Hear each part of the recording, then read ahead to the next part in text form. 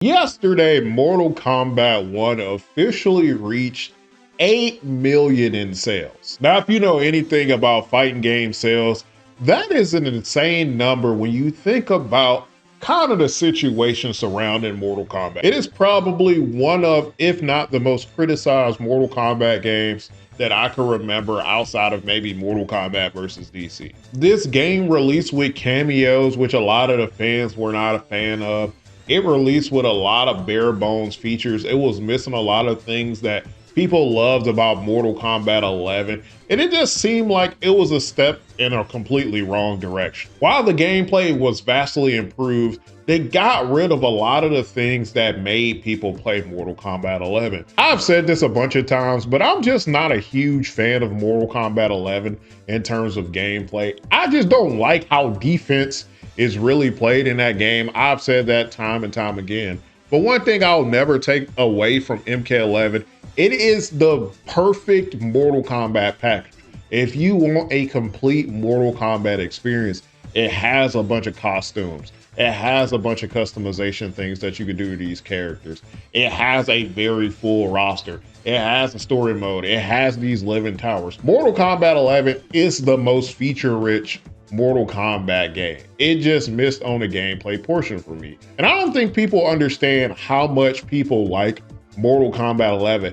That game sold like 15 million copies. If I remember correctly, Mortal Kombat 11 is in the top 3 of most sold fighting games behind like Street Fighter 2, which was absolutely insane, and Super Smash Bros. So the fact that Mortal Kombat 11 sold that much just kind of tells you how much people actually like that game. And I think a large part of why people love that game is the amount of content that was in it. And then if you go from Mortal Kombat 11 to Mortal Kombat 1, yes, the gameplay is better, but you're missing all of those things that the casuals really like. I think the thing with how much Mortal Kombat 1 sold is that clearly people still like Mortal Kombat. There's kind of been a narrative online as it pertains to Mortal Kombat 1, that the game isn't that popular simply because you go on Twitch, you don't see a lot of people watching it. If you go and look at Evo, you don't see a lot of people entering into the tournament.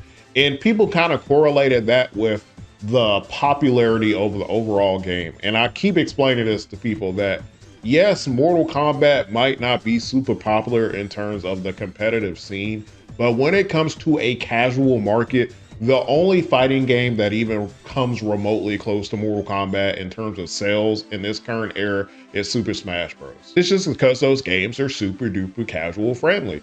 They have all of these costumes. Some casuals just want to go in, they want to change costumes, they just want to do fatalities. And that is completely fine. And that is a big chunk of the Mortal Kombat market. And I think people tend to forget that when you see these low tournament numbers and you see things like that. And it's like Mortal Kombat, in my opinion, has never been a huge competitive game. Yes, people play MK9 competitively. Yes, people play MKS competitively. But those games have never been more popular than Tekken and Street Fighters in a competitive sense. It just hasn't. But seeing these sales, you see clearly that a lot of people still love Mortal Kombat. A lot of people are still playing Mortal Kombat. And it's one of those things where it's like, I really hope the next entry or the next game for NRS, they kind of take the best of both worlds from Mortal Kombat 1 and MK11. Clearly, you don't want to get rid of the content from MK11. You still want to keep those costumes. You still want to keep all of those customizable things that you can do to those characters. People love that. Look at Injustice 2. Bro, there's people still playing Injustice 2, still grinding gear because they just like to play characters that look cool. And one thing NRS will do, whether you feel a certain way about some of the business practices about WB and stuff like that, NRS knows how to make things look cool in their fighting games. And a lot of people just want to play cool characters and do cool stuff. So I hope with their next entry, whether it's Injustice 3, whether it's Mortal Kombat 2, is that they take the best of both worlds of their games, right? Let's take some gameplay from MK9 and MKX. Let's take some of the gameplay elements of MK1. But let's take the content from MK11 because that is the most feature-rich Mortal Kombat. And I think it's mostly just nice to see that people are still support Mortal Kombat.